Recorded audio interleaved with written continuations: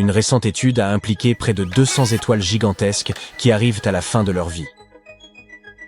Elle a fourni aux scientifiques des informations plus précises sur la manière dont le Soleil finira un jour. Il s'avère que le Soleil sera environ 200 à 300 fois plus grand qu'il ne l'est maintenant lorsque sa fin arrivera.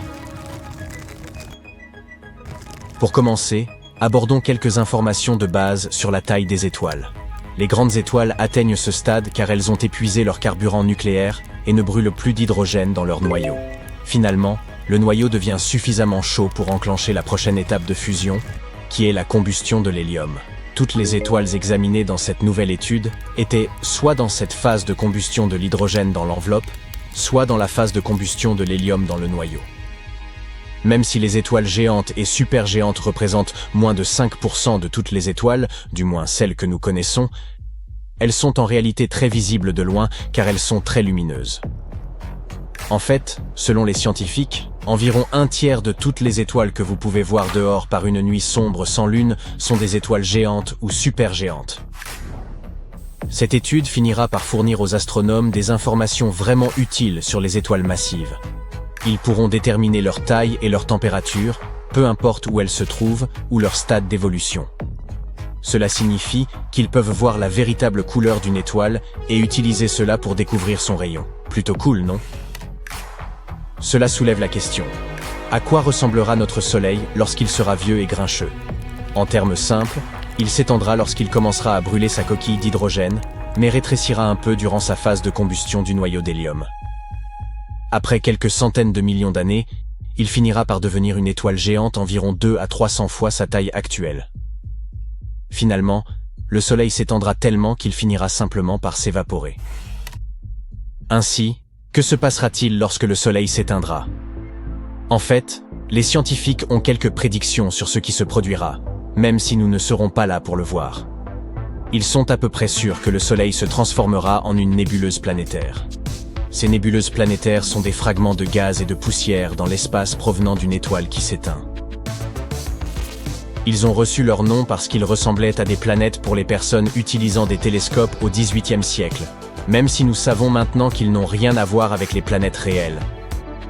Mais voici ce qui est extraordinaire. Les astronomes ont découvert qu'ils peuvent utiliser le niveau de luminosité de ces nébuleuses planétaires pour calculer leur distance par rapport à nous. En 2018, des scientifiques ont également découvert que le Soleil est la plus petite étoile qui puisse encore produire une nébuleuse visible. Plus petite, elle ne serait pas visible.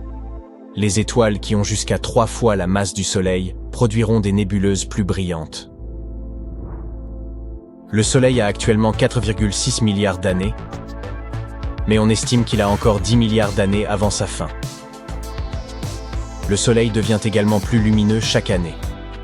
Cela ne semble pas beaucoup pour l'instant, mais cela va en réalité causer de gros problèmes pour la Terre. Dans environ 1 milliard d'années, le Soleil sera trop brillant pour que la vie sur Terre puisse survivre. Nos océans s'évaporeront, et il fera trop chaud pour que l'eau puisse se reformer. Donc, à moins de trouver un moyen de quitter cette planète, l'humanité n'a environ qu'1 milliard d'années devant elle. La Terre existera-t-elle encore lorsque le Soleil se transformera en poussière? Il est difficile de connaître avec certitude l'échéancier exact. Mais même avant que cela ne se produise, la Terre sera très probablement calcinée et sans vie, sans atmosphère ni océan. On ne sait pas précisément à quelle distance les couches extérieures du Soleil s'approcheront de la Terre. Mais si elles s'approchent trop, cela pourrait entraîner la Terre à spiraler dans le Soleil et disparaître complètement. Même si notre planète parvient d'une manière ou d'une autre à survivre à la phase géante du Soleil, elle orbitera autour d'une naine blanche chaude, c'est-à-dire une étoile qui a épuisé son carburant. Dans ce futur lointain, le Soleil sera à peine plus grand que notre planète. Finalement, le Soleil se refroidira et s'assombrira complètement. Il entrera dans une autre phase appelée une naine noire.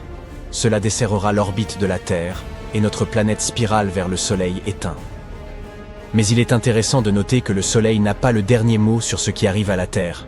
La gravité maintient les planètes en orbite, mais elle les attire également les unes vers les autres, ce qui peut entraîner une flexion et une dérive de leurs orbites. Cela pourrait conduire à la déstabilisation du système solaire et à l'éjection de planètes, y compris la Terre. En gros, beaucoup de choses pourraient se passer dans les 5 milliards d'années à venir, avant que le Soleil ne devienne une géante rouge. Il y a aussi un autre scénario. Bien que la plupart des étoiles restent loin de notre système solaire, il y a une chance qu'une d'entre elles puisse s'approcher au cours du prochain milliard d'années. Même une petite étoile ou un trou noir pourrait perturber l'orbite de notre planète s'il se rapproche trop. Mais ne vous inquiétez pas trop. Les chances que cela se produise sont faibles en raison de la distance entre les étoiles. Notre Soleil est une étoile solitaire, donc il y a peu de chances que nous puissions monter à bord d'une autre étoile à proximité. Cependant, de nombreuses étoiles dans notre univers ont des compagnons. Parmi ces étoiles se trouve Castor, un système magnifique qui comprend 6 étoiles et qui est l'un des objets les plus lumineux du ciel nocturne.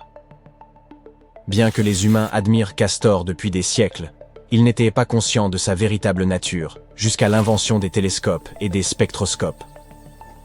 Même avec l'aide d'un petit télescope, il est évident que Castor est composé de 2 étoiles principales, Castor AA et BA, qui gravitent l'une autour de l'autre. Ces étoiles sont plus grandes que le Soleil et nécessitent 467 ans pour compléter une orbite. Au total, Castor est composé de 6 étoiles différentes. La plus grande, appelée Castor AA, est environ 2 fois plus grande que le Soleil, tandis que la plus petite a environ 0,5 la masse du Soleil. Si les humains veulent survivre aux prochains milliards d'années, nous devrions peut-être établir un campement ailleurs dans l'univers. Cela peut sembler tout droit sorti d'un film de science-fiction, mais cela pourrait devenir notre réalité un jour. Heureusement, la NASA examine déjà quelques options. Ils ont découvert 2 nouvelles planètes, TOI 700e et TOI 700d, qui pourraient être de nouveaux points chauds pour nous, les humains. TOI 700e est dans la zone optimiste, ce qui signifie qu'elle pourrait avoir de l'eau et même une atmosphère. TOI 700d est dans la zone habitable conservatrice, donc les scientifiques ne sont pas encore certains à son sujet. Mais bon, nous prenons ce que nous pouvons obtenir. Mais attendez, avant de commencer à préparer vos bagages, il y a un petit problème. Comment allons-nous y arriver? Il a fallu des mois de préparation à John Glenn juste pour faire 3 fois le tour de la Terre. Donc, nous devrions peut-être commencer à travailler sur notre entraînement d'astronaute. Eh bien, au moins, nous avons quelques options pour nos futurs projets de vacances intergalactiques. Ne serait-il pas agréable de pouvoir voyager dans le temps pour voir à quoi ressemblera notre système solaire dans des milliards d'années? Un physicien américain nommé Ron Mallett a proposé une théorie intéressante pour le voyage dans le temps. Elle utilise la lumière, une ressource abondante dans l'univers. Son idée implique l'utilisation d'un cylindre rotatif de lumière, qui pourrait transporter un objet à la fois dans l'espace et dans le temps, de manière similaire à la façon dont une bulle se déplace dans un liquide en mouvement. Mallett suggère qu'un cylindre de la bonne forme pourrait permettre de voyager dans le passé et le futur. Pour tester sa théorie, il a tenté d'obtenir des financements pour une expérience. Cependant, certains scientifiques considèrent que la théorie de Mallett est impossible et inutile à tester. Nous pourrions également être capables de voyager dans le temps si nous nous déplaçons suffisamment vite. Selon Einstein, la façon dont nous vivons le temps peut changer en fonction de notre vitesse de déplacement. Si nous allons vraiment vite, le temps ralentit. Par exemple, les astronautes dans l'espace vieillissent un peu plus lentement que les gens sur Terre. C'est important pour des choses comme le GPS, qui serait incorrect sans ajustements spéciaux, à cause de comment le temps est affecté. T'es-tu déjà demandé ce que cela donnerait si toutes les planètes de notre système solaire avaient la même taille que la Terre? Il est temps de nous plonger dans ce scénario époustouflant. Imaginons ce à quoi ressemblerait chaque planète si elle était aussi grande que notre chère planète bleue. Le paysage rouge et stérile de Mars deviendrait-il soudain une oasis verdoyante? La géante gazeuse Jupiter disparaîtrait-elle tout simplement? Et quel en serait l'impact sur notre système solaire dans son ensemble? Serions-nous tous condamnés? Attachez vos ceintures et voyons ce qu'il en est. La première planète sur notre liste est Mercure. C'est la plus petite planète de notre système solaire. Oublie maintenant la petite Mercure qui est comparable à une simple lune. Imagine-toi plutôt à la surface d'un brasier perpétuellement incandescent. Il y a plein de cratères et de volcans actifs autour de toi. Et juste en face, un énorme soleil aveuglant. Quel cauchemar! Mais décortiquons ces changements. Si la taille de Mercure augmentait, sa masse et sa gravité augmenteraient de même. Dans ce cas, il est possible que Mercure ait davantage d'atmosphère. Les températures sur Mercure sont extrêmes. non seulement parce qu'elle est très proche du Soleil, mais aussi à cause de son atmosphère très fine. Ainsi, pendant la journée, les températures atteignent les 430 degrés Celsius. Et la nuit, il fait un froid terrible, pouvant atteindre moins 180 degrés Celsius. Mais à présent que sa gravité est plus forte, Mercure pourrait avoir une atmosphère bien plus dense. Ainsi, la chaleur serait mieux répartie sur la planète. L'atmosphère n'est pas la seule chose qui puisse rendre la planète plus chaude. Si Mercure devenait plus massive, son réchauffement interne serait probablement accru en raison de la compression due à la gravité. Et hypothétiquement, son activité tectonique pourrait également s'intensifier. En d'autres termes, des paysages plus intéressants, des montagnes plus nombreuses et des volcans actifs encore plus effrayants. Félicitations, tu as transformé Mercure en une Vénus 2.0. Pour nous, tous ces changements ne seraient guère plus agréables. Il deviendrait beaucoup plus difficile d'y envoyer nos engins spatiaux. Il vaut donc mieux que Mercure reste telle qu'elle est, petite, calme et ennuyeuse. En gros, tout le contraire de notre prochaine étape, Vénus. Qu'arriverait-il à Vénus si elle était de la taille de la Terre? Eh bien, à vrai dire, rien. Elle ne changerait pas du tout. Tout simplement parce que Vénus a déjà presque la même taille que notre planète. On l'appelle même la jumelle de la Terre, même si jumelle est un bien grand mot. En réalité, nous ne pourrions pas être plus différents.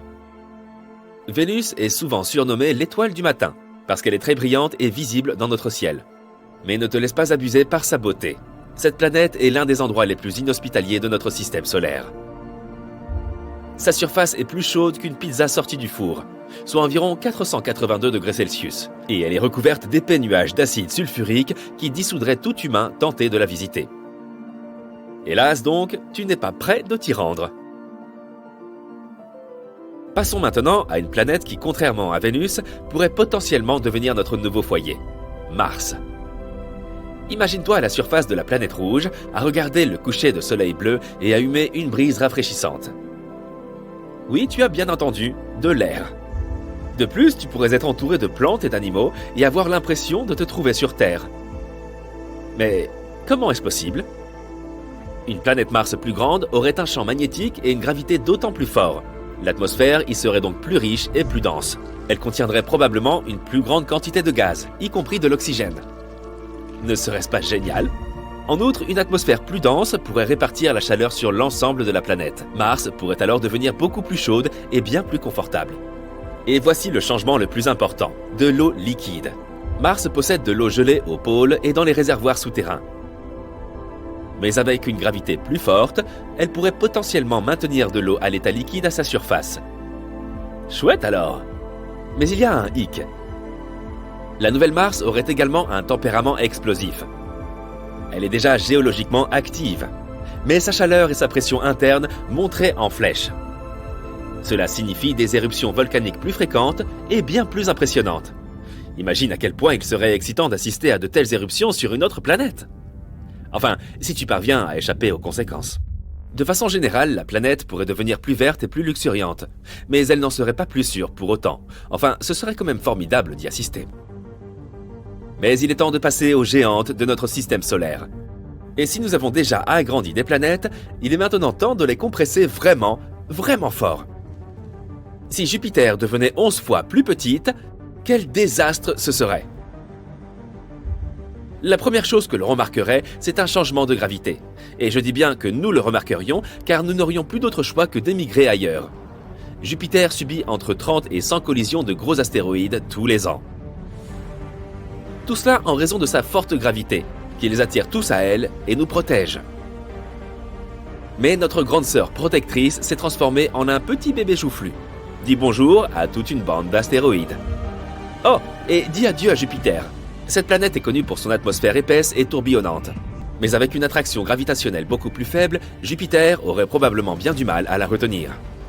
Au fil du temps, elle s'échapperait donc lentement dans l'espace, laissant derrière elle une fine atmosphère composée principalement d'azote et d'oxygène. Nous devrons également faire nos adieux à l'apparence emblématique d'une autre géante, Saturne.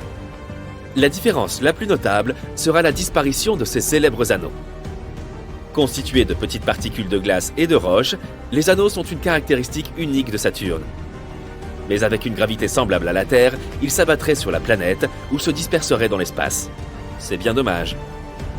Saturne est également une géante gazeuse, tout comme Jupiter. Son atmosphère est composée essentiellement d'hydrogène et d'hélium. Mais si elle était de la taille de la Terre, ces gaz se trouveraient comprimés en raison de la gravité accrue. Cela la rendrait beaucoup plus dense. Cela signifie que la taille et la forme de Saturne changeraient. En théorie, si nous pressons fortement Saturne, elle pourrait devenir une naine brune. Il s'agit d'un type d'étoile manquée, qui n'a pas la masse nécessaire pour entretenir une fusion nucléaire, mais qui émet de la chaleur et de la lumière. Saturne pourrait donc cesser d'être une planète. Le temps qu'il y fait changerait aussi probablement. Toutes ces tempêtes démentielles, comme la fameuse tempête hexagonale qui fait rage au pôle Nord, deviendraient plus calmes et beaucoup plus faibles. La géante suivante est Uranus. Essayons de comprimer cette pauvre planète. Tout d'abord, la gravité à la surface d'Uranus serait beaucoup plus faible qu'aujourd'hui. Son atmosphère pourrait également changer.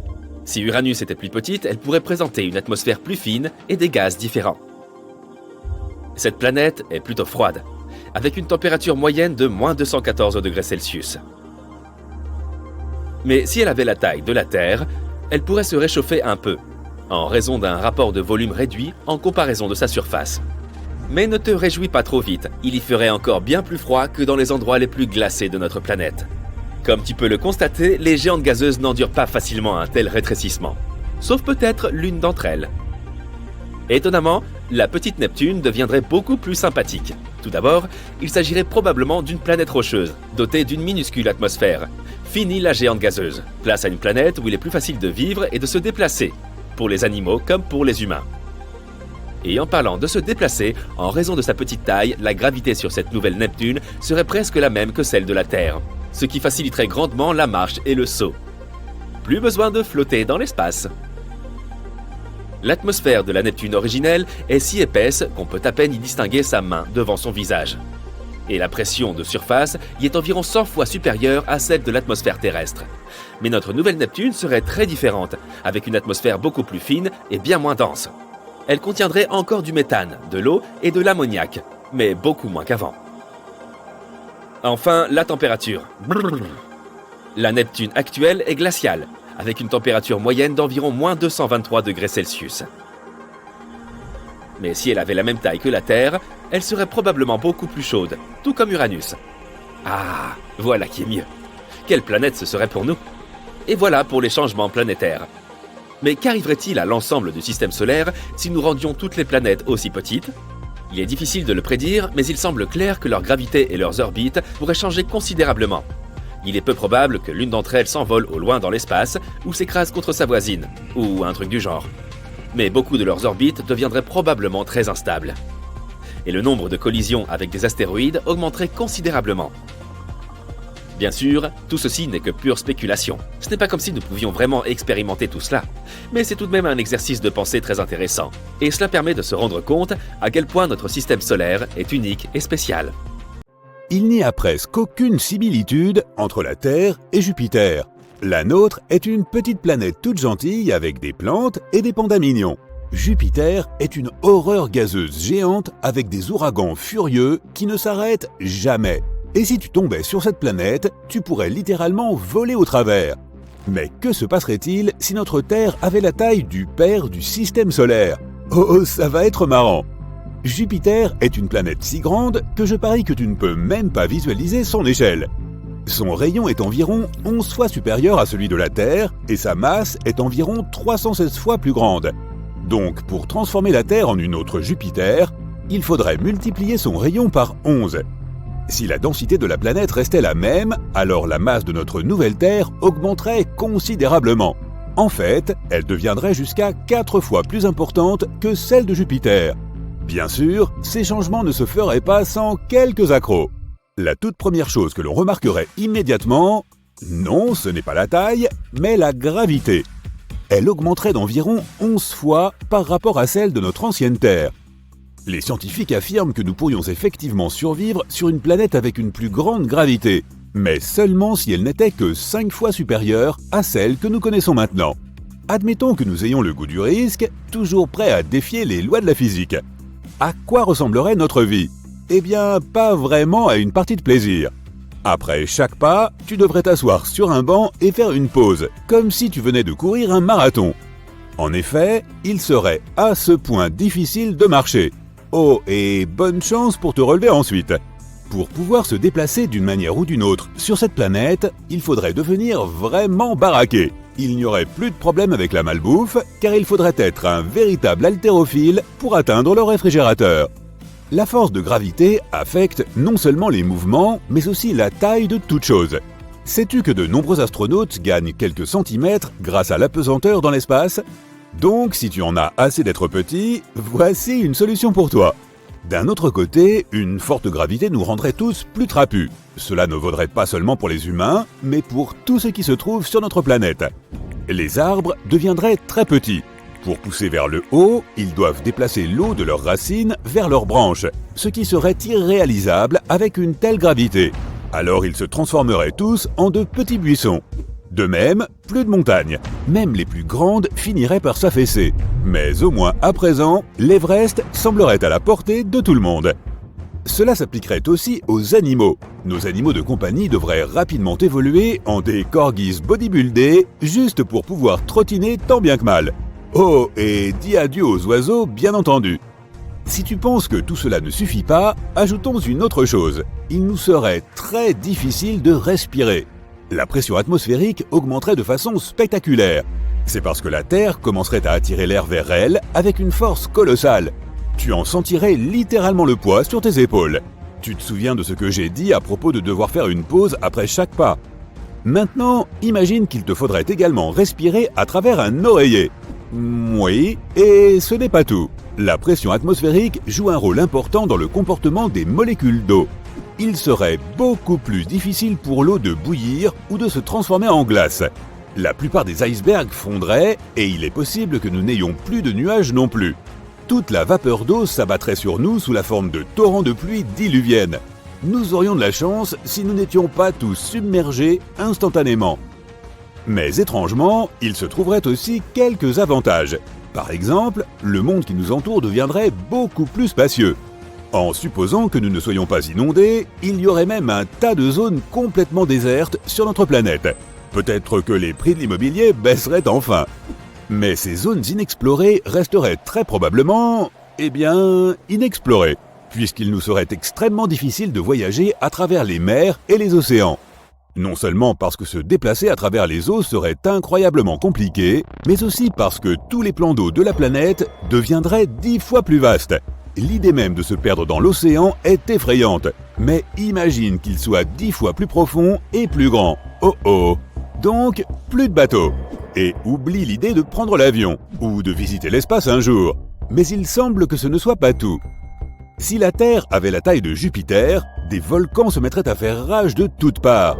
En raison de l'augmentation de sa masse, la Terre deviendrait terriblement instable. Tous les volcans éteints redeviendraient actifs, et il y aurait de la lave et des gaz toxiques partout. En 1883, l'éruption la plus destructrice de l'histoire de l'humanité a eu lieu, l'éruption du volcan Krakatoa. Elle s'est produite sur une petite île, mais les gens de toute la planète ont pu en ressentir les conséquences. L'éruption a anéanti cette île, déclenché de nombreux tsunamis et des nuages de gaz toxiques se sont répandus sur des kilomètres à la ronde. Maintenant, imagine la même chose, mais en 10 fois pire. C'est ce qui se passerait sur notre Terre de la taille de Jupiter. Ce qui arriverait serait comparable à la chute de la météorite de Chicxulub, celle qui a éradiqué les dinosaures de la surface de la Terre. Ensuite, des gaz toxiques se sont répandus sur toute la planète, provoquant l'une des plus grandes extinctions de masse de l'histoire de la Terre. Oh, et cerise sur le gâteau, nous perdrions aussi notre champ magnétique. Le champ magnétique est très important pour la vie sur Terre. Selon Rory Barnes de l'Université de Washington, il protège la vie sur notre planète des désagréments de l'espace, ce qui signifie toutes sortes de radiations et autres vents solaires. Il existe un noyau de fer fondu au cœur de notre planète, qui est responsable de la production du champ magnétique. Si la pression exercée sur ce noyau augmentait à cause de la gravité, il pourrait se solidifier. Et à cause de cela, le champ magnétique de la Terre disparaîtrait. Nous serions alors exposés aux effets des radiations cosmiques. C'est trop effrayant pour y penser. Très bien, maintenant nous savons que vivre sur cette nouvelle Terre serait un véritable cauchemar. Mais qu'en est-il de l'espace extra-atmosphérique ? Tu as probablement entendu dire que Jupiter, grâce à sa forte gravité, nous protégeait des astéroïdes. Eh bien, c'est nous qui hériterions de ce sale boulot. Jupiter rencontre environ 24 000 impacts par an, et ce serait désormais notre destin. Tu te souviens que j'ai parlé de la météorite de Chicxulub? Des tragédies similaires arrivent à notre planète une fois tous les 100 millions d'années environ. Mais si elle acquérait la taille de Jupiter, ces machins nous rendraient visite tous les vendredis soirs. De plus, nous devrions dire bye-bye à notre Lune. Notre satellite naturel est trop proche de nous. Donc, si la Terre grandissait, ce serait une véritable catastrophe. Nous regarderions littéralement la Lune se déchirer dans le ciel. Bien sûr, après cela, tous ces fragments s'écraseraient sur nous. Une théorie affirme qu'il y a des milliards d'années, la Lune s'est pour ainsi dire séparée de la Terre et que ces morceaux se sont rassemblés en une boule. En l'occurrence, ce serait comme regarder sa formation se rembobiner. Et même si la Lune survivait à cela, en restant en quelque sorte dans l'orbite de la Terre, les changements dans nos marées seraient tout de même spectaculaires. Les conséquences de ces altérations seraient absolument imprévisibles, mais il est plus que probable qu'une série de tsunamis en fasse partie. D'un autre côté, nous gagnerions probablement quelques nouvelles lunes. Jupiter en compte jusqu'à 79. Ce serait probablement un spectacle à couper le souffle. Si seulement les nuages de gaz de toutes ces éruptions volcaniques ne bloquaient pas la vue. De plus, l'apparition d'une deuxième planète géante aurait des conséquences importantes pour tout le système solaire. Ne t'inquiète pas, les autres planètes ne s'écraseraient pas directement sur nous. Beaucoup de gens sous-estiment à quel point les planètes sont éloignées les unes des autres. Mais toutefois, la nouvelle Terre décalerait un peu les orbites des autres planètes et affecterait leur vitesse de rotation. Et la Terre elle-même tournerait autour du Soleil beaucoup plus lentement, en raison de son énorme masse. Par exemple, une année sur Jupiter équivaut à 12 années terrestres. Tout cela, bien sûr, affecterait grandement les saisons et le climat en général. Alors, y aurait-il encore de la vie sur Terre? C'est une question pour le moins audacieuse. Mais si un jour nous parvenons à trouver une super-Terre habitable, d'une taille proche à celle de Jupiter, il serait très intéressant d'y jeter un coup d'œil. Ok, supposons que ce minuscule grain de sable, d'un diamètre d'environ 2 mm, soit notre planète Terre. Crois-moi, nous ne sommes même pas si grands à l'échelle cosmique, donc ce n'est pas exagéré.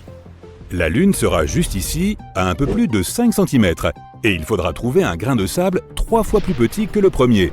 Il est difficile de dire si c'est le bon, alors supposons encore une fois que c'est le cas. Quel est le voisin le plus proche de la Terre, à part la Lune? Vénus. On l'appelle notre planète sœur parce qu'elle a à peu près la même taille et la même masse, donc ce deuxième grain de sable va faire l'affaire. Pour ce qui est de la distance, nous allons devoir faire une petite promenade maintenant. Et voilà, nous sommes à plus de 6 mètres du grain de sable qu'est la Terre, et c'est le plus près possible. Ensuite vient Mercure, qui est plus de 2 fois plus petite que la Terre. Alors prenons un grain de sel cette fois pour varier. À quelle distance penses-tu qu'elle se trouve de sa voisine, Vénus? Elle est ici à presque 8 mètres. Si tu as déjà vu un bus londonien à 2 étages, c'est à peu près l'équivalent. Bon, Mercure est la planète la plus proche du Soleil, alors naturellement voilà, la grande et puissante étoile, aussi grosse que cette pierre. Elle a un diamètre d'environ 20 cm. Maintenant, où faut-il la placer? Eh bien, tu ferais mieux de prendre un autre bus à 2 étages, car la distance entre le Soleil et Mercure est de 9 mètres, c'est-à-dire encore plus loin que Vénus. Et s'en aller de là jusqu'à la Terre, c'est déjà un sacré voyage. Dans l'ensemble, la distance est à peine inférieure à celle qui sépare 2 bases d'un terrain de baseball. Impressionnant, n'est-ce pas? Et pourtant, on vient à peine de commencer. En s'éloignant du Soleil, on arrive sur Mars, qui est 2 fois plus petite que la Terre. Prenons un grain de poivre rouge cette fois-ci. Mais la distance qui les sépare est encore plus grande que celle qui sépare Mercure du Soleil. Plus de 10 mètres. Nous le placerons donc ici. Et maintenant, prépare-toi pour le vrai choc. Traversons la ceinture d'astéroïdes pour atteindre Jupiter. Pour cela, il faudra s'éloigner d'environ 84 mètres, ce qui est presque la hauteur de la Statue de la Liberté. Et la planète elle-même est à peu près de la taille de ce grain de raisin, à peine plus de 2,5 cm. Prenons maintenant un grain de raisin plus petit et éloignons-nous d'un autre 100 mètres. C'est la distance entre Saturne et Jupiter. Peux-tu encore voir notre pierre, à savoir le Soleil d'ici? C'est plutôt difficile. Si tu prends le Golden Gate Bridge de San Francisco et que tu décides de t'élever de son point le plus bas à son point le plus haut, cela correspondrait à la distance entre Saturne et Uranus, la 7e planète du système solaire. Tu as remarqué que les distances augmentent à chaque fois? Mais c'est loin d'être fini. Voici Neptune, la planète sœur d'Uranus. Bien qu'elle soit voisine, il nous faudra encore 250 mètres pour y arriver, soit l'équivalent de 5 piscines olympiques mises bout à bout. L'ancienne 9e planète, Pluton, est notre prochaine destination. Si nous partons directement du Soleil, il y aura encore 4 piscines olympiques de plus. Et la taille de celle-ci n'est qu'un grain de poivre moulu. Pluton est 6 fois plus petite que la Terre. Et maintenant, place à l'inconcevable. Retournons d'abord à notre Soleil et recommençons notre voyage à partir de là. Tu te souviens de la distance à parcourir? Oui, plus d'1,5 km maintenant. Pour atteindre la limite intérieure du système solaire, à partir de ce point, nous devrons faire le tour de la Terre 4 fois. Toujours à l'échelle où le Soleil n'est qu'une pierre de 20 cm de diamètre. Et quand ce sera fait, nous nous retrouverons dans une énorme ceinture de morceaux de glace flottants, le nuage de Oort. La largeur de cette ceinture dépasse largement les limites de notre planète, mais nous allons essayer. Prenons 3 rochers de la même taille que notre Soleil et disposons-les en ligne. Et maintenant, imaginons que chacune de ces roches a la taille du vrai Soleil. C'est la largeur du nuage de Oort qui tourne en cercle autour de tout le système solaire. Si nous le mettons à notre échelle initiale, le Soleil ne sera même pas visible, pas plus grand qu'un atome. Donc recommençons avec une autre échelle. Cet anneau de pierre contient en son sein l'insondable volume de l'espace. Son rayon est d'environ 1 année-lumière. Fixons-le désormais à 1 cm. Ce sera notre référentiel pour toutes les découvertes à suivre. Le système stellaire le plus proche est Alpha Centauri et il sera à environ 4 cm de distance. Il est composé de 3 étoiles et d'au moins une planète qui pourrait être habitable. Le système est trop petit pour être visible à cette échelle, mais nous allons faire comme si ce grain de sable était suffisant et aller plus loin. Ensuite, allons au bord de la Voie lactée, notre galaxie. La galaxie elle-même fait environ 100 000 années-lumière de large, mais nous ne sommes pas loin de son centre, donc la distance ne sera que de 50 000 années-lumière. Sur l'échelle super réduite que nous avons créée, elle sera de 500 mètres. Si tu allongeais la tour CN de Toronto, il ne manquerait que quelques mètres. D'ici, la galaxie la plus proche de nous est Andromède. Dans un futur lointain, elle entrera en collision avec la Voie lactée. Mais pour y arriver, nous devrons parcourir près de 25 km, soit 2,5 millions d'années-lumière en échelle réelle. À titre d'information, c'est 2,5 fois plus profond que le point le plus profond de la fosse des Mariannes, connu sous le nom de Challenger Deep. Ensuite, il y a un objet que nous pourrions enfin placer à plus grande échelle, NGC 604, une nébuleuse stellaire située dans la galaxie du Triangle. En ligne droite, nous n'aurions besoin de parcourir que 2 km de l'endroit où nous nous trouvons actuellement. Alors faisons-le. Et la nébuleuse elle-même a un diamètre d'environ 1500 années-lumière, ce qui équivaut à 15 mètres dans notre échelle. Comme un immeuble de 5 étages. Mais revenons en arrière d'environ 1 km et regardons autre chose. Cet objet a presque exactement la taille d'un Boeing 747. Et étonnamment, c'est une galaxie naine pour être précis. Messier 32 a un diamètre de 6500 années-lumière et c'est un satellite de la galaxie d'Andromède. Ils se déplacent ensemble, Messier étant entraîné par la gravité de sa grande sœur. Et maintenant, prépare-toi au grand vertige. Nous allons entrer dans des distances et des tailles qui sembleraient impossibles si elles n'étaient pas vraies. Revenons d'abord au cercle de roches qui constitue notre système solaire. En remontant et en s'éloignant de notre système solaire, nous pouvons voir la Voie lactée qui s'étend sur 20 km de large. En continuant à prendre de la hauteur, on peut voir le grand vide autour de la galaxie que nous avons déjà traversée aujourd'hui, 25 km de néant. Puis, on voit les galaxies et les galaxies naines qui entourent la nôtre. D'abord Andromède, puis d'autres, jusqu'à ce que l'on soit assez haut pour voir tout le groupe local. C'est un amas galactique dans lequel la Voie lactée ne représente pas plus de 1%. Le diamètre est de 100 km. Élevons-nous plus haut encore, et maintenant, nous voyons le superamas brillant et lumineux de Laniakea, qui abrite le groupe local. D'ici, notre galaxie n'est même pas visible. Le diamètre du superamas est d'environ 5200 km. c'est plus que la distance entre Los Angeles et New York. Et ce n'est pas fini. De plus en plus haut, jusqu'à ce que nous voyions le grand mur de Boss, c'est un super amas situé à une distance inimaginable de nous, et à notre échelle actuelle, son diamètre est d'environ 10 000 km. C'est plus que la Grande Muraille de Chine avec toutes ses branches. Pas étonnant que ce soit le boss des super amas. Et enfin, nous sommes maintenant dans l'espace intersidéral, même si le modèle de notre galaxie est resté si loin en dessous qu'on ne peut pas le voir sans télescope. Et nous regardons maintenant le plus grand objet de l'univers observable, le grand mur Hercule Corona Borealis. Sur l'échelle actuelle, il se trouve à 100 000 km de la Terre, soit un quart de la distance Terre-Lune. Et son diamètre est le même, donc il occupe un autre quart du chemin. Il y a des milliards et des milliards de galaxies, de nébuleuses et d'étoiles, et les possibilités sont presque infinies. Et pourtant, l'univers est toujours en expansion. Donc, ce n'est que le début.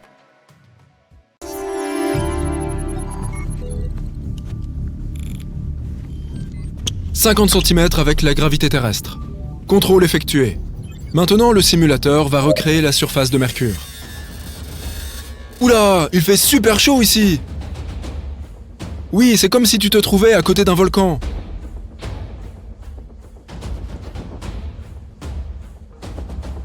Tu sautes à une hauteur de 1,20 m. On passe à Vénus. Waouh, ça fait peur. Sur la vraie planète Vénus, tout est toxique.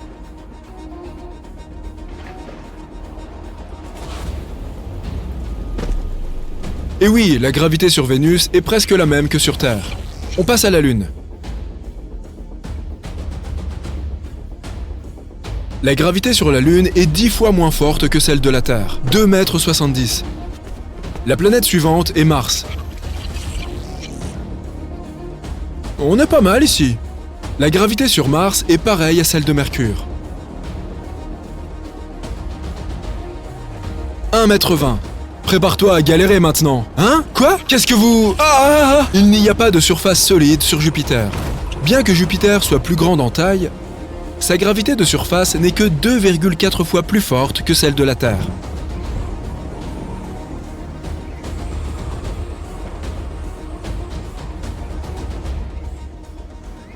C'est bon pour moi. On passe à Saturne. Pas de surface solide ici non plus. La gravité de Saturne est plus ou moins la même que celle de la Terre. C'est parti pour Uranus. Il fait tellement froid. Ici, il fait pourtant 5 fois plus chaud que sur la vraie planète Uranus. Vraiment?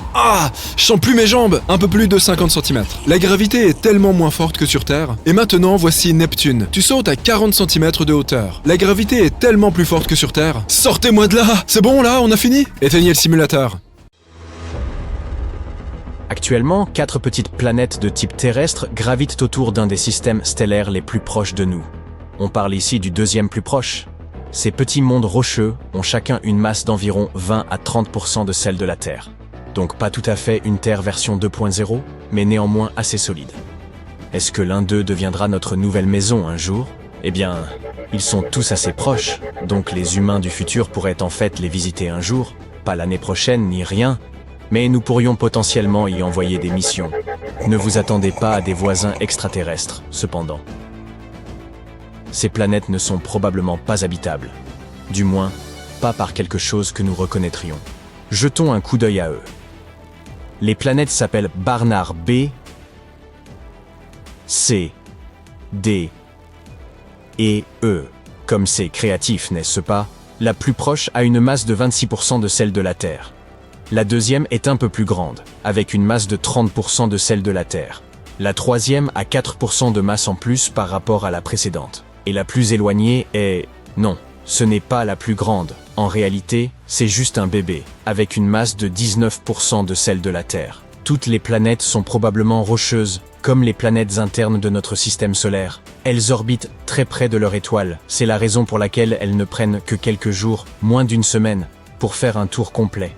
Alors, qu'en est-il de cette étoile autour de laquelle ces petits gars tournent? Elle s'appelle l'étoile de Barnard. Les astronomes ont toujours eu l'intuition qu'il pourrait y avoir au moins une planète en orbite autour d'elle. Tout d'abord, cette étoile est super proche, en termes cosmiques, bien sûr. Seul le trio d'Alpha Centauri est plus près de nous. l'étoile de Barnard se trouve à un peu moins de 6 années-lumière, ce qui est essentiellement à côté. En même temps, elle n'est pas comme notre Soleil. L'étoile de Barnard est une naine rouge, le type d'étoile le plus commun qui existe.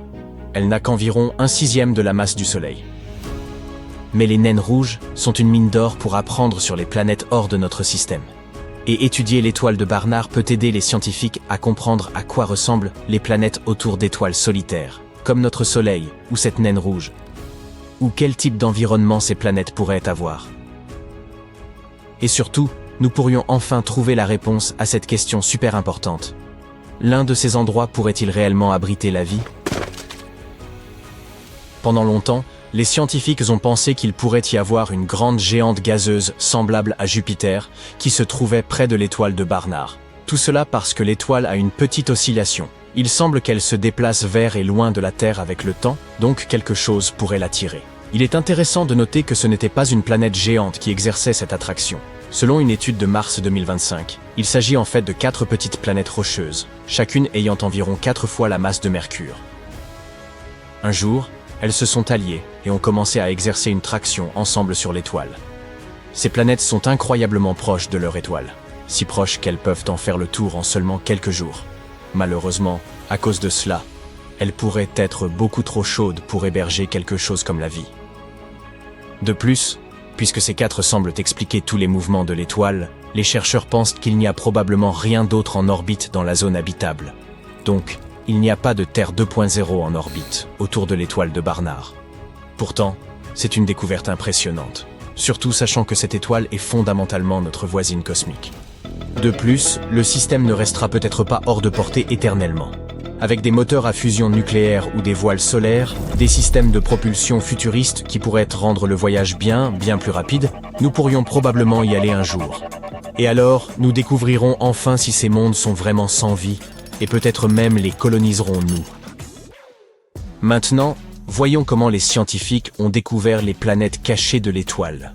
Habituellement, les astronomes repèrent les exoplanètes lorsqu'ils les voient traverser devant leurs étoiles et bloquer ainsi une partie de la lumière. Mais l'étoile de Barnard est délicate car, de notre point de vue, c'est comme si nous regardions le système d'en haut, donc ces planètes ne bloquent pas la lumière de la manière habituelle. C'est pourquoi ils l'appellent le grand cachalot blanc de la chasse aux planètes. Pour contourner cela, les chercheurs ont utilisé un instrument ultra-sensible appelé Maroon X, attaché au télescope Gemini North sur le volcan Mauna Kea à Hawaï. Sur 112 nuits réparties sur 3 ans, le télescope a détecté de minuscules changements dans le mouvement de l'étoile. Ces déplacements ont permis aux scientifiques de déterminer combien de planètes doivent tirer sur l'étoile, ainsi que d'estimer leur taille. Au début, ils ont trouvé 3 planètes. Mais ensuite, ils ont utilisé un autre appareil, délicieusement appelé Espresso, et situé au Very Large Telescope au Chili. Et ce n'est qu'après une dose de cet espresso qu'ils ont découvert une 4e planète. En combinant les données des 2 instruments, ils ont pu dire, plus ou moins avec confiance, que leur découverte était solide, pas seulement des anomalies aléatoires dans les données. Bien que les naines rouges comme l'étoile de Barnard soient le type d'étoile le plus courant dans l'univers, la plupart sont beaucoup trop éloignées pour que nous puissions facilement observer des planètes autour d'elles. Ces nouvelles découvertes suggèrent que de petites planètes rocheuses pourraient être assez courantes autour de ces étoiles. Et c'est énorme pour les découvertes futures. Maintenant, découvrir de nouvelles exoplanètes, c'est vraiment génial. Mais ce pourrait être encore plus excitant de s'attarder sur leur naissance et leur évolution. Et une étude récente a fait la découverte la plus plaisante qui soit. Des exoplanètes nouvellement nées pourraient en fait ressembler à des Smarties, ce bonbon britannique populaire, plutôt qu'à des sphères. Nous avons toujours un peu supposé que les jeunes planètes naissaient en forme de boule. Mais elles pourraient être des sphéroïdes oblongs à la place. Une équipe de scientifiques de l'université du centre du Lancashire en Angleterre a utilisé des simulations informatiques pour construire un modèle de la formation des planètes dans les disques de gaz dense entourant de jeunes étoiles. Ensuite, ils ont comparé ces modèles avec des observations réelles et ont remarqué que les jeunes planètes prenaient des formes assez inhabituelles. Le problème est que même si près de 6000 exoplanètes ont été découvertes jusqu'à présent, les astronomes ne comprennent toujours pas clairement la succession des événements marquant leur naissance et leur évolution précoce. Mais cette nouvelle recherche pourrait enfin éclaircir ce processus. Ainsi, les astronomes ont examiné les mécanismes de formation des planètes géantes gazeuses comme Jupiter et sont parvenus à la conclusion que les planètes se construisent à partir de leur centre. Par la suite, les chercheurs se sont concentrés sur les formes initiales de ces planètes. Ils étaient également intéressés par la façon dont ils pouvaient favoriser la croissance de ces graines planétaires. Comment pourraient-elles se transformer en de telles planètes massives, certaines d'entre elles étant plus grandes que les plus grands géants de notre système solaire? Selon la théorie standard de la formation des planètes, une telle croissance se produit de manière progressive et douce. Tout d'abord, les particules de poussière commencent à s'agglutiner, se transformant en objets de plus en plus grands. Ce processus dure très longtemps et est connu sous le nom de accrétion de noyaux. C'est le modèle de formation planétaire que les scientifiques privilégient. Il existe une autre théorie selon laquelle la naissance des planètes pourrait se produire sur des périodes plus courtes. Cette idée implique un disque protoplanétaire, un disque de gaz qui constitue 99% de sa masse, et de poussière, environ 1%. Ce disque orbite autour d'une étoile nouvellement formée, et hypothétiquement, les planètes pourraient se former à partir de ce nuage. Les disques protoplanétaires sont probablement des sous-produits courants de la formation stellaire. Ils peuvent aller de 0,001 à 0,3 masses solaires. À l'intérieur de ces disques, la matière se déplace lentement vers l'intérieur et les particules de poussière grossissent jusqu'à atteindre la taille de galets. À un certain moment, après 2 à 3 millions d'années, un disque protoplanétaire géant en rotation se brise en morceaux, et c'est ainsi que naissent les bébés planètes. Cette théorie est connue sous le nom de modèle de instabilité de disque. Quant au modèle élaboré par l'équipe, il semble soutenir cette deuxième théorie, moins favorisée, la formation rapide des planètes par instabilité du disque. Tout cela parce que cette théorie explique comment de grandes planètes peuvent se former relativement rapidement à des distances assez importantes de leurs étoiles hôtes. Quant à l'étrange forme aplatie de ces planètes nouvellement formées, cela pourrait être dû aux matériaux qui tombent sur elles.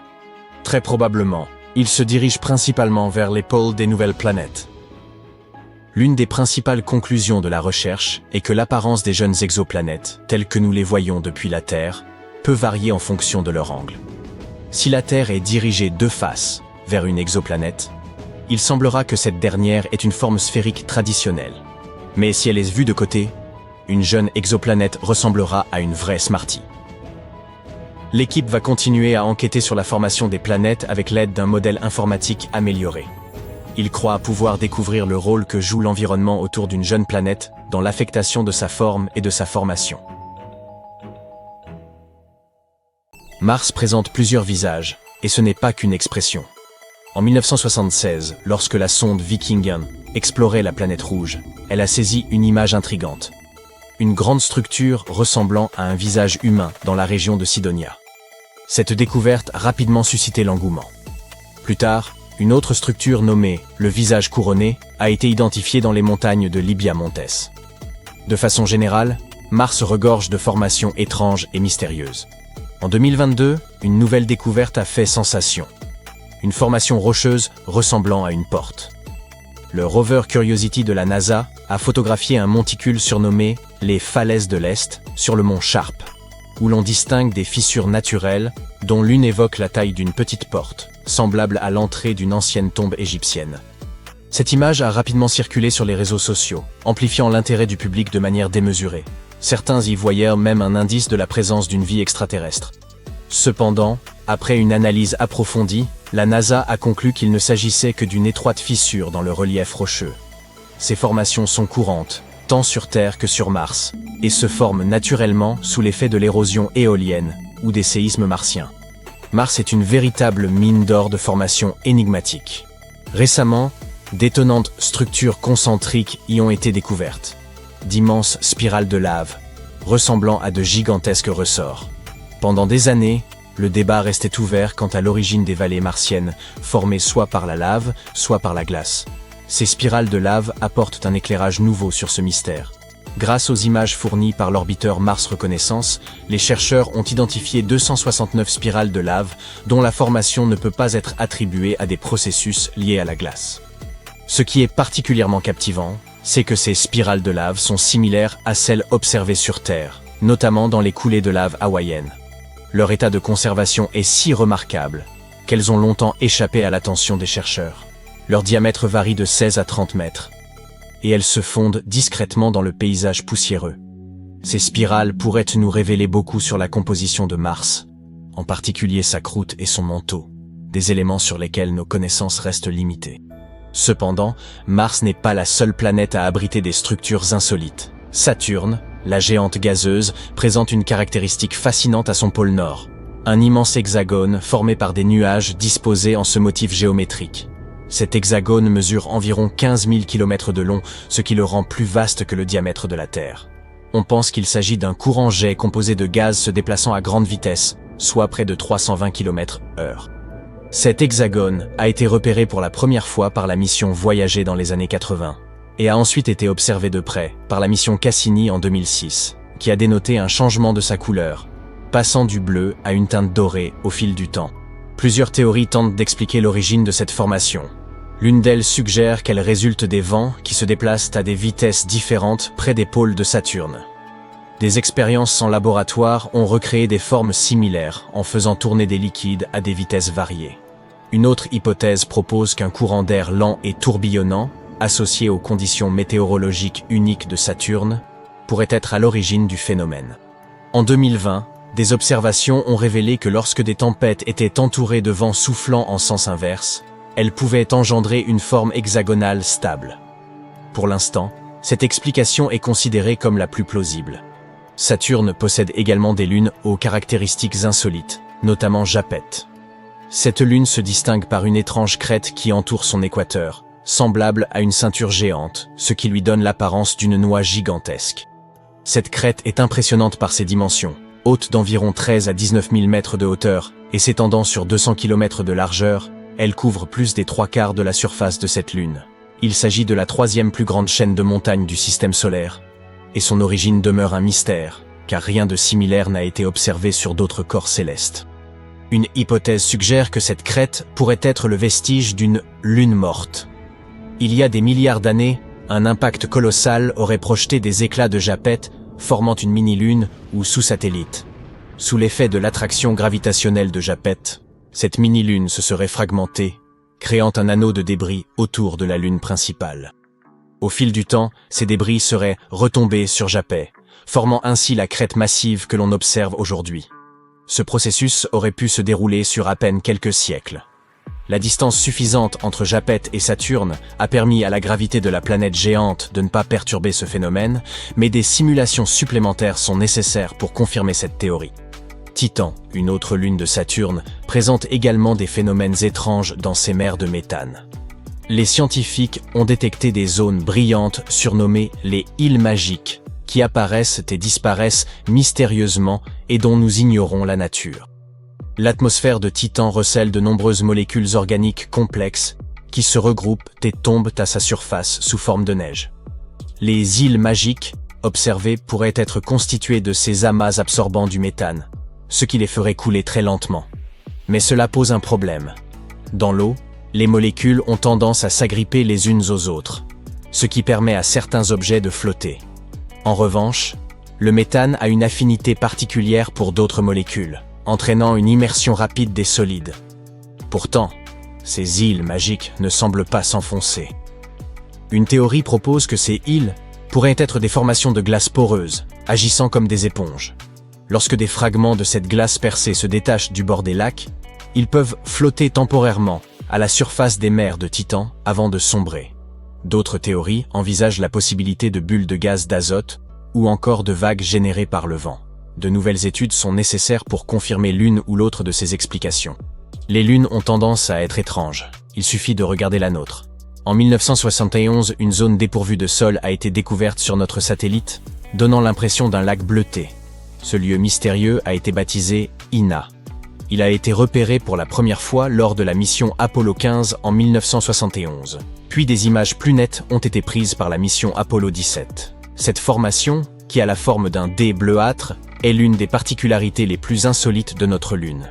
La teinte bleue d'Ina provient de roches riches en titane, appelées basaltes, qui recouvrent son sol. On trouve également des zones bleuâtres près des bords des monticules situés à l'intérieur. Ce site est unique et semble posséder une histoire ancienne, probablement marquée par une activité volcanique. Les monticules à l'intérieur d'Ina date d'environ 3,5 milliards d'années, soit un âge similaire à celui du bouclier volcanique environnant. Notre Lune possède également son propre visage, tout comme ceux que l'on trouve sur Mars. Près du pôle sud lunaire, une région donne l'apparence d'un visage, mais il ne s'agit en réalité que d'un agencement de cratères et d'ombres qui, vus de loin, évoquent cette forme familière. Ces cratères, présents depuis des milliards d'années, couvrent environ 16% de la surface lunaire. Certains d'entre eux pourraient même abriter de l'eau et de la glace. Vous vous demandez peut-être pourquoi tant de visages apparaissent dans notre système solaire. Cela s'explique par le fait que notre cerveau est programmé pour les reconnaître, même là où il n'y en a pas, un phénomène connu sous le nom de pareidolie. Notre esprit cherche constamment à interpréter les formes et, lorsqu'il perçoit quelque chose qui rappelle vaguement une forme humaine, il l'interprète comme une image familière. Ainsi, vous pourriez déceler une silhouette sur une chaise recouverte de vêtements. Et même sur Mercure, certains distinguent des formes rappelant Mickey Mouse. Rassurez-vous, il ne s'agit pas de vie extraterrestre, mais simplement de notre cerveau qui nous joue des tours, nous amenant à percevoir des formes familières là où elles n'existent pas vraiment.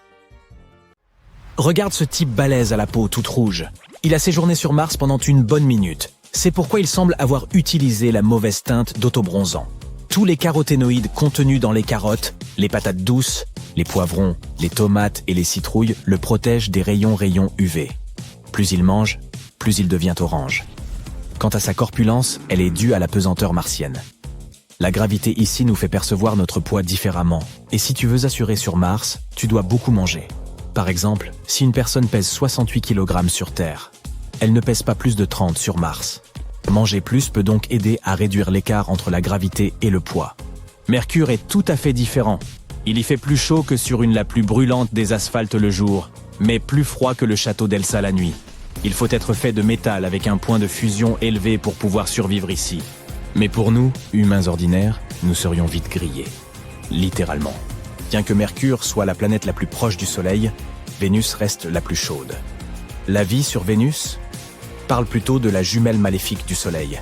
La température y oscille généralement autour de 465 degrés Celsius en moyenne. Survivre au point d'ébullition de l'eau ou dans la chaleur extrême de Vénus est un défi pour la plupart des espèces terrestres. Seule une poignée d'entre elles peut supporter des températures bouillantes.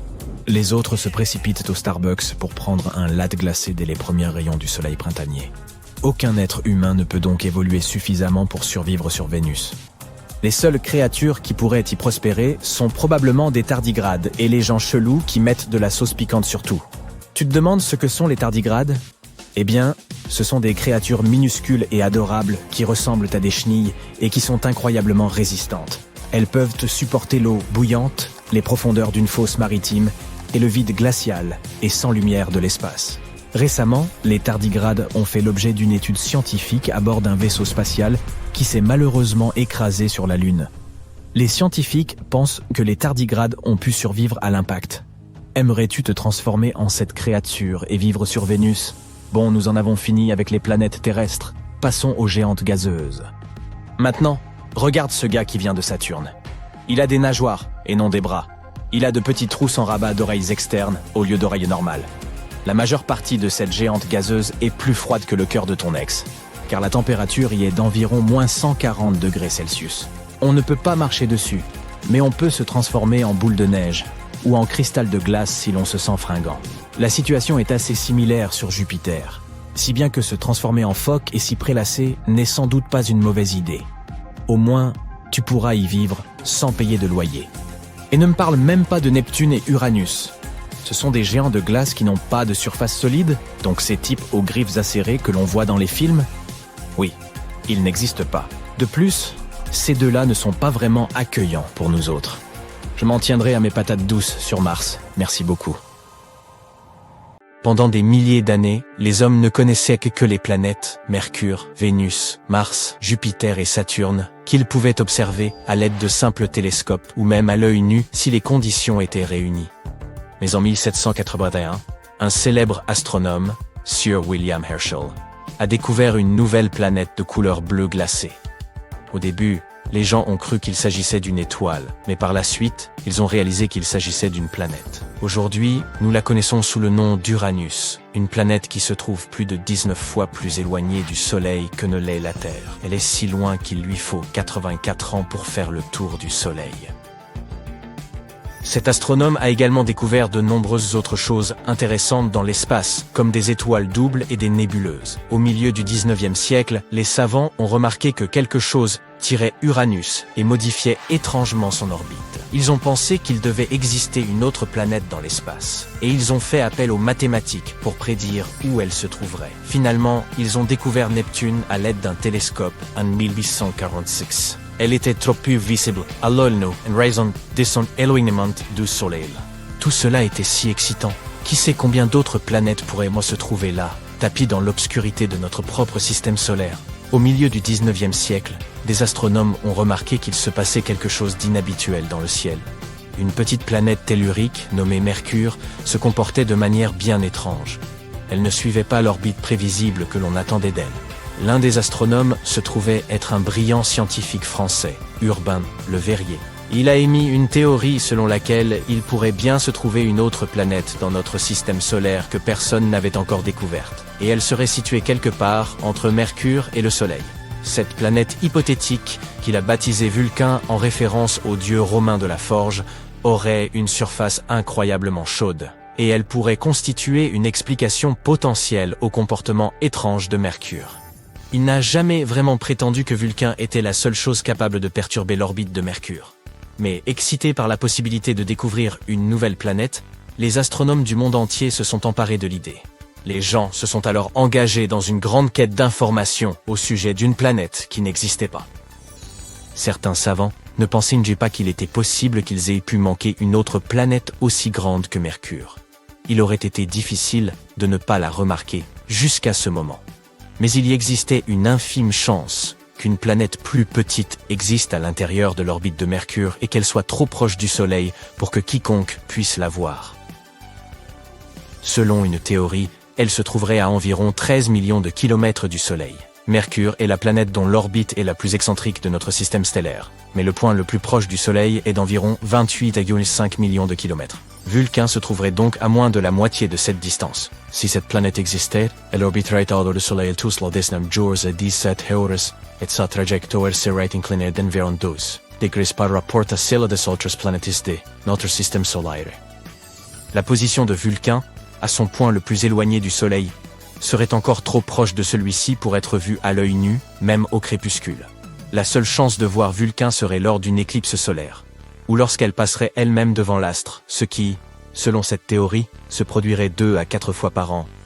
Selon cette même théorie, la mystérieuse planète était si proche du Soleil qu'elle ne pouvait être vue que lors d'une éclipse solaire totale, lorsque la Lune bloquait l'aveuglement du Soleil.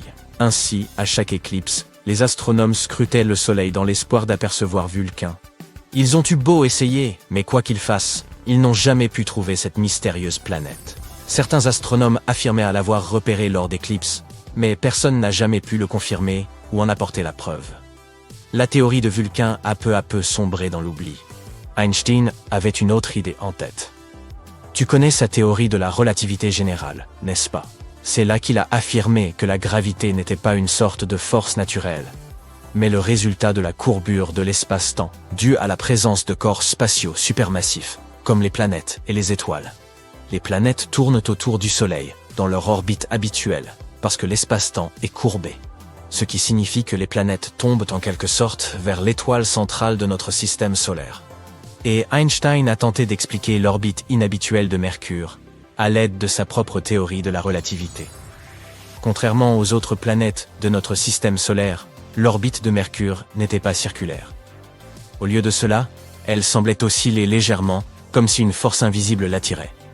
Selon Einstein, ce phénomène aurait pu être dû à la gravité colossale de notre Soleil qui courbe la fabrique de l'espace-temps autour de lui. Selon lui, il était possible que cela modifie légèrement l'orbite de Mercure. Il aura fallu un certain temps à la communauté scientifique pour éprouver cette théorie, mais elle s'est finalement imposée comme l'explication la plus plausible. Bien que la théorie d'Einstein ait fourni une explication plus élégante à l'étrange orbite de Mercure, certains scientifiques continuaient à croire en Vulcain. il était d'autant plus difficile d'abandonner l'idée que Mercure est également la planète la plus difficile à observer d'où nous nous trouvons. Et par la suite, de plus en plus de chercheurs ont commencé à accepter la théorie d'Einstein en dépit de leurs convictions. Puis, ils ont attendu une éclipse solaire totale, afin de tester la théorie de la relativité d'Einstein, et non plus à cause de Vulcain. Vulcain n'est d'ailleurs pas la seule planète hypothétique dont tout le monde ait un jour parlé. Depuis l'ère moderne, certains estiment qu'une planète mystérieuse pourrait se tapir dans la partie extérieure de notre système solaire. Mais celle-ci a plus de chances d'exister. Personne ne l'a encore observée directement, mais des simulations informatiques montrent que cette prétendue planète 9 ou planète X se trouverait probablement quelque part au-delà de Neptune. Neptune et la planète X pourraient être de taille similaire. Cette dernière pourrait donc être 10 fois plus massive que la Terre et orbiter autour de notre Soleil en suivant une courbe elliptique, qui serait en moyenne 20 fois plus éloignée du Soleil que Neptune. Une année pourrait y durer entre 10 000 et 20 000 années terrestres. À titre de comparaison, une année sur Neptune dure 165 années terrestres. Un objet de cette taille, se déplaçant par-delà Neptune, pourrait expliquer les orbites étranges de certains objets dans la ceinture de Kuiper. Cette ceinture est la zone de notre système solaire qui se situe au-delà de Neptune et de son orbite. On y trouve très probablement de nombreux astéroïdes, des comètes et d'autres corps plus petits, principalement constitués de glace. Il existe une autre planète hypothétique, baptisée Nibiru. Tu te souviens de ces rumeurs de fin du monde en 2012 ? L'un des scénarios les plus populaires était celui de Nibiru qui, d'après certains, était censé frapper notre planète à la fin de l'année. Bien sûr, rien ne s'est produit, nous sommes toujours là, mais l'idée de Nibiru semblait intéressante. Ces histoires ont commencé en 1976, lorsqu'un homme du nom de Zecharia Sitchin a mentionné Nibiru dans son livre « La 12e planète », affirmant qu'elle orbitait autour du Soleil tous les 3600 ans. Mais il n'existe aucune chance qu'une planète avec une orbite aussi excentrique ne perturbe pas les autres planètes de notre système solaire avec sa propre gravité. Et si elle s'approchait vraiment si près de la Terre en 2012, nous étions censés pouvoir la distinguer à l'œil nu. Des calculs simples ont montré que Nibiru aurait été presque aussi brillante que Mars dans sa plus faible luminosité, et plus brillante que les étoiles les plus faibles que l'on puisse observer en ville. Peut-être aurons-nous plus de chance dans les 3500 ans à venir. En 2011, une comète du nom d'Helena est apparue et dont beaucoup ont pensé qu'elle pouvait être la fameuse Nibiru. Mais lorsqu'on observe les comètes et les planètes au télescope, on s'aperçoit qu'elles ont une apparence différente.